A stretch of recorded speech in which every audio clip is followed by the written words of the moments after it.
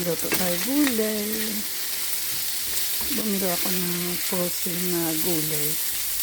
Kasi ang mahal. Nagkikanuripot si Angie. Yun. Lagyan ko yun ng bawang sa kasibuyas. Tapos yung soriso bilbaw. Bacon, tsaka giniling. Diba? Dami pang halo. So, palabasin ko muna yung giniling na lasa. Yung oil niya. Tapos, mayroon akong hipon.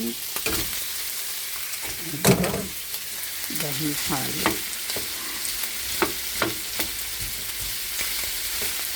Yan lang. Yung mahilig sa gulay, sagot. Yan. Ang gulay. Lagyan natin ng black pepper. Oyster sauce lang yan ang aking ilagay. Yan. Importante ito ng giniling. Yung gulay ko salted sa ating sapsuy. Yan.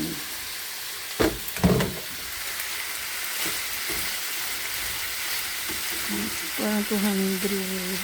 Ayun, 200 ata. 240. Ano? Yung ating na gulay. Yan. Lagyan yung oyster sauce. Okay na. Kasi frozen na yun eh. Ganda ng kulay niya. So, lagyan natin yung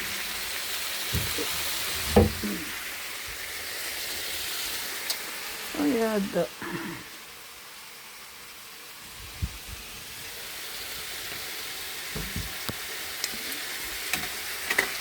Bakang konting kaya ayan, biyote na naman.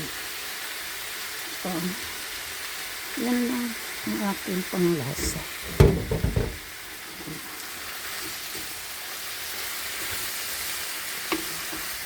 Yan.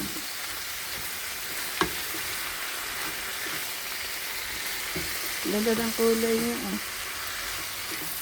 Panglasang special. Oh.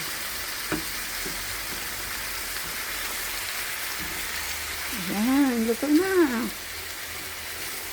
Kaya kung mag-overcook siya kasi masarap yung crunchy. Masarap pa siya. Ang dami halo pa rin. First time ko lang bumili nitong gulay na ito kaya.